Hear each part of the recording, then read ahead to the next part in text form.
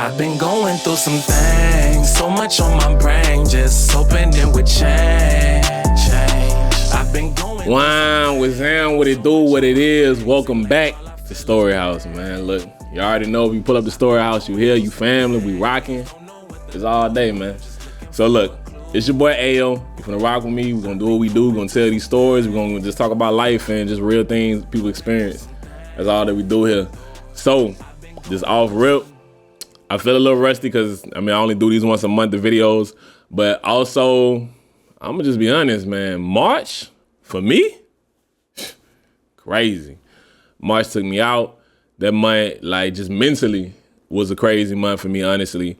And honestly, that's what StoryHouse about. So I want to just be honest and vulnerable with y'all and talking about it. Like, it just like mentally, I went in the best space with a lot of things between like work, life, just things going on. It wasn't even like the craziest things happening.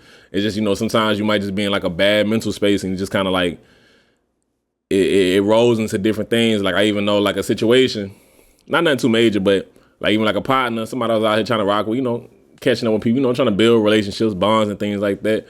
But it just wound up being on different pages. And like they somebody who probably require a lot more time than I'm in a space to give, especially to someone who I'm not like dating or something, like a friend. And it was just kind of wound up being on different pages and just like, even though that's minor, but like for me, every connection that I try to make is important. So like even small stuff like that, like weighing on me is like, oh damn, I want to show up in a way that I'm trying to, but it's like you requiring more than I have to give. And it's like, I try to be as transparent with telling folks like, hey, I ain't outside like that. I be outside, but I ain't outside like that. And so it's just like one of them, just things like that just like weigh on me because it's like, I care, but it's like, you still got to take care of yourself kind of thing. So just wanted to be like straight up with that. Like March killed me, which is why this video, when y'all see it, is going to be super late compared to March. But April, it's my birthday month. Yeah, man, your boy turning 35. And so, man, we're going to get back right. April, we're going to get right. We're going to be on it like we supposed to. We're going to do everything how it's supposed to be going. So with that said, look, man, like I said, StoryHouse, you already know it's always about the standard that we have. And it's just always like just a single standard of respect and compassion for everyone in our community. No double standards when it comes to mental health. And I really believe that because I feel like a lot of times, like I always would say, like people would just kind of have different expectations on different genders, different races, different ages, different like whatever it may be. But it's like, look, man, we all on a different spot on our journey.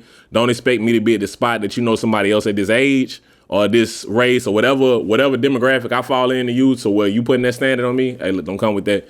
Give everybody the space to be whoever they are because we all at a different place in our journey. So that's really what it's all about. I had the one on March 31st, was the most recent StoryHouse pulled up. And again, I take fault on like not properly, just not being in the best space mentally. So like for me, like to just advertise and talk about it, like the fact this is late. And so I just really wanted a space to like make videos and make content. I'm just trying to like do work, keep my head above water, keep my mind straight. So yeah, that was how my March went. And so that kind of like went into the StoryHouse event that we had. And that one was talking about, which obviously this is late, but that was on the topic of the feminine impact. It was March's Women's History Month.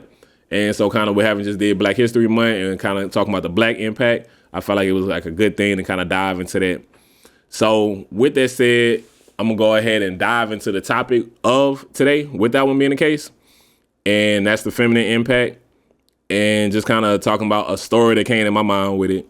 Now, honestly, I feel like for me personally, I grew up in a family like mostly surrounded, like most of my family is there's way more women in my family. I'm a type of man who grew up without a father, so there's no father present in my life. So everything that I have is it's probably like 80-20 women to men in my life as far as people that I dealt with. And so like I feel like it was a major impact for me, but trying to like isolate and think of like a particular story that I wanted to zone in for, I really like struggled to think about it.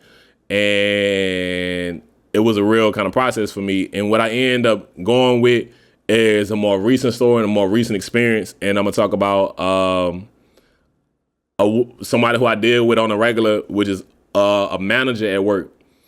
And the reason why, to me, that was somebody who I felt like a person that like makes such a big impact, and talking about the femininity of it, like a woman who has such a big impact for me is my manager. And like I'm the type of person, for one, I use the word manager. You never gonna hear me say boss. Like each their own, but like that word just sound crazy to me. Like, yo, what's your boss? The boss. Hey, look, man, we ain't on no plantation. I ain't in no sale.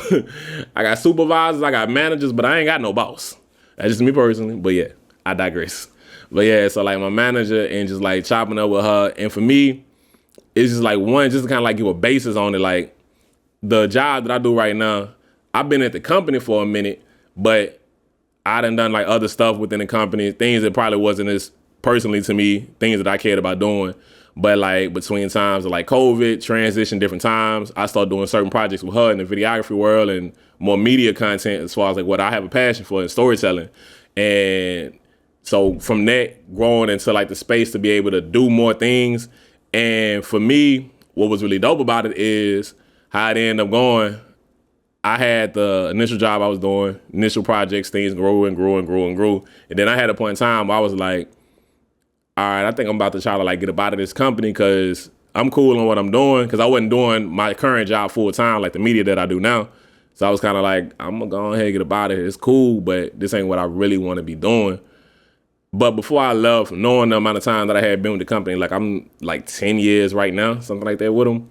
And so I would just, let me send a little email out, go ahead, send a message, let y'all know I'm interested to see if y'all got something that may make sense. I honestly didn't even think they had anything in my particular field was going to be an option, but we're just seeing if it was anything that had growth potential to it. Sent that out. Was like, I don't know, maybe. But then my manager wound up, who I had been working with her for a minute, but she wound up reaching out to like have me grow to like, oh, how you feel about we turn into this to a full-time position? And this particular spot that I'm at, the media department of what I have, that was not in the media department. There was not these things developed. So the fact that she reached her neck out there, going to the director who's over her to kind of see if that's something they wanted to do to develop for me, I feel like that was dope. They went with it. Obviously, I'm still working there. So that wound up being a growth thing. And so for me, what was just so dope about that is my current position, though obviously I still had to do the work, I still had to show up, I still had to do my part. If it wasn't for her showing up and being like, I think this would be something that'd be dope for you. I think this is an opportunity we can have. I wouldn't be where I'm at right now. And she's someone who I always knew at the company, like we weren't working directly. So it wasn't like it's the same kind of interaction I have right now with her. But for me, it was just like really dope having that. And what I've kind of really noticed within being in the spot that I'm in is just so often how she shows up. Because she don't have to like push and motivate me, talk about ways that I can grow to like, not just grow to be like, be productive in what I'm doing, but to like grow beyond, make sure you present value, different opportunities for more growth for you. And for me, that really, one, just shows the values of a person, because a lot of people can be like, oh, you can be cool, but I don't really care what happened to you. You do what you do. I gave you opportunity. But like you trying to make sure I'm on my things, I'm on my shit so I can grow and become better. And it's value to you to actually make sure I'm prioritizing it. Like, hey, you need to grow out to where you have more leadership going, what you got going on. So I appreciate that so much from her. And it's just like, honestly, like for me, in my history of jobs that I done, I would definitely put her in one of my favorite managers that I've had. I've had some dope people. I've had some trash ass people in my life as well. But she's definitely one of those people who I put in top tier, probably like top 3. She might be number 1. I ain't really even think about it. But honestly, just based on time I had, we're going to put her at number 1. But she's just so supportive and just supportive, just like really supportive, and does what you can to make sure you're in the best position to do what you can. So to me, that really, as a woman who's showing up in that way, is why I just felt like she was the woman who I want to talk about to be, hey, I appreciate you. Like, I know sometimes folks can kind of be like, whatever, you a manager, I don't care. It's job. The love, the care, and consideration ain't there like that. And it's like, for me, I'm the type of person who I try to stay stand up. Hey, if I'm messing up, you can tell me straight up, and I ain't taking offense to it. I don't take nothing personally. If I ain't doing right, I ain't doing right, and I can just take them charges. And I try to have that anytime me and her have a conversation about the stuff that I got to do, because there's plenty of shit that I be fucking up on. I be on my shit with plenty of things, but there's things that I fuck up on, and, just take those charges, and we have real-ass conversations, but it's still from a place of, like, consideration. And so, like I said, for me, her just being really dope and supportive in those ways.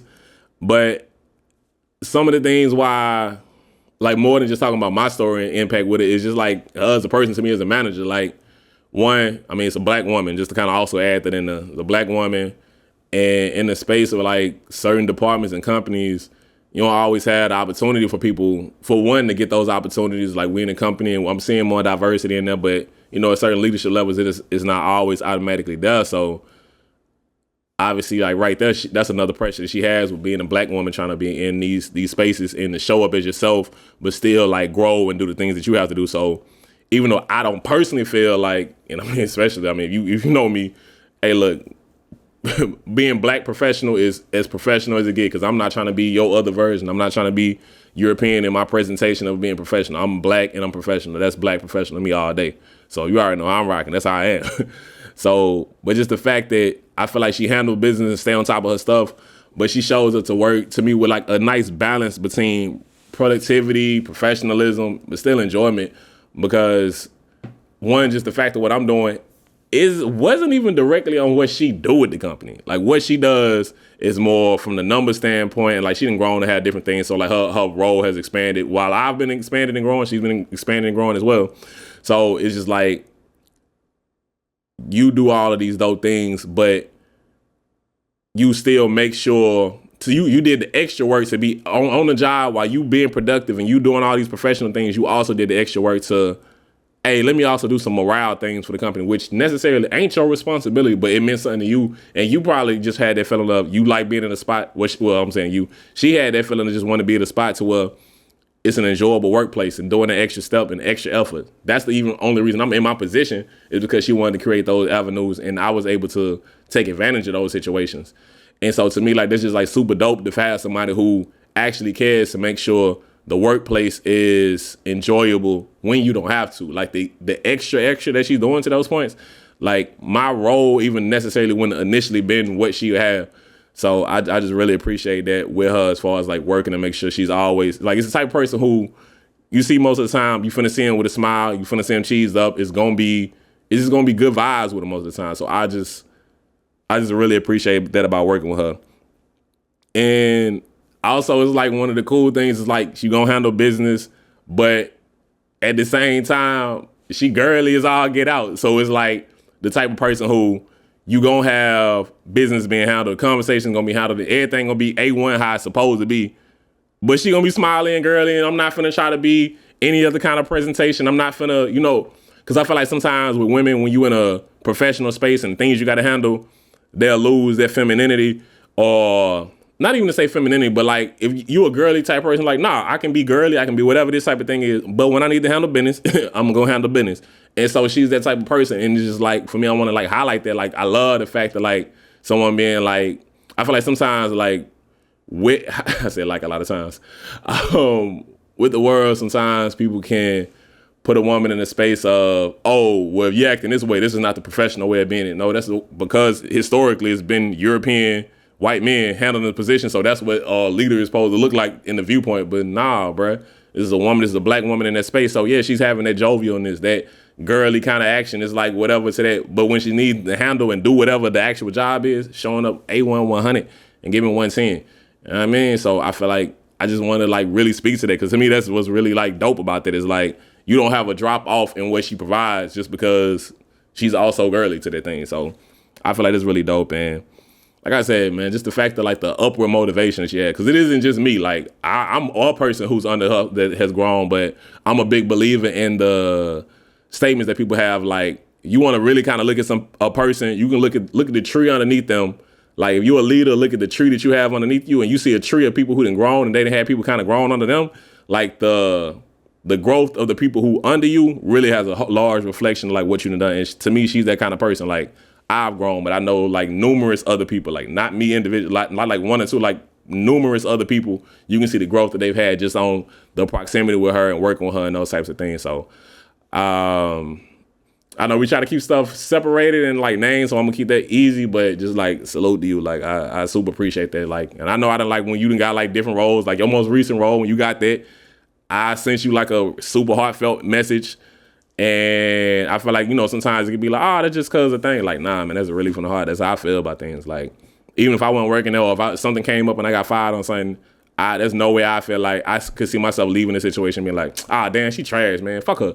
It's like, nah, bro, you done showed up. I feel like you done shown the person, the character that you have. So that's all love on that one. So that's, to me, the story that I had and the person I wanted to like speak about like someone showing up, like a woman who had like a large impact for me. Because I mean, I'm a black man, so you like lean like, oh, I'm not having like women impacting me, especially like from a career kind of standpoint. You may not have had the expectation, but yeah, I mean, for me right now, that's probably the biggest person who I like say like having a career impact for me, and I'm appreciative, thankful, gracious for it, and just wanted to like, you know, give my flowers out to her for that. So yeah, that's my StoryHouse feminine impact person for me. I love to hear what y'all have, like who's like a woman who's just had like a positive, productive impact on you. It don't have to be just in a workspace. It can be like in a learning personally. It can be a spouse, romantically. It can be a mother. It can be a sister. It can be a child. It can be whatever it is to you. It just be a friend. It could just be a person you had one interaction with. You don't even know their name. You never interacted with again. Just like someone who had a positive impact on you, and it just stuck with you well enough to be like, that right there, that changed me. That pushed me in a different kind of way, and it's appreciated. So yeah, man, that's my story with that one. Other than that, man, you already know, man, StoryHouse, you can always send in your stories. Let me know what's going on, how y'all feeling, anything that y'all doing to try to get better. Like I said, I obviously want to hear what y'all stories are to this one. Like, I love to hear what the impacts that y'all have. You can send it to me on IG, Instagram, with you can reply to a story. You can send it in comments. You can post it on this video right here in the comments.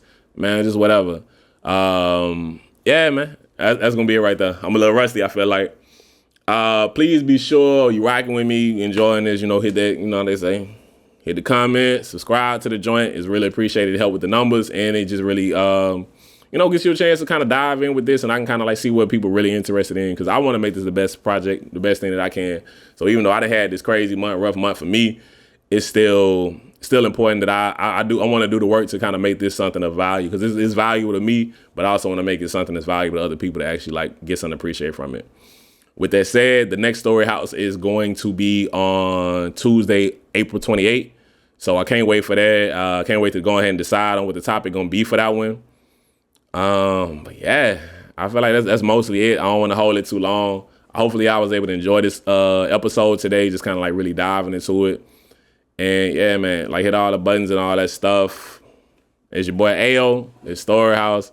I always remember, man, with StoryHouse, is just the name is just a house, man. It's a house. It's a place that's here. It's your presence. You come in here watching the videos, pulling up the StoryHouse community sessions. Those things, your presence is what makes it a home. Without you, it's nothing. So just remember that. Anytime you seeing anything with my face on it, I'm here for us. I ain't here for me alone. Now, this is definitely an outlet, a release for me. But it's y'all that really make it worth it. So, yeah, man, it's love. Until then, can't wait to holler at y'all. It's your boy. Ayo. Yeah, man. But, man, I'm out that thing, man. As always, love y'all. Y'all be easy. I've been going through some things, so much on my brain, just hoping it would change. I've been going through some things, so much on my brain, seem like all I feel is pain. I've been going through some things.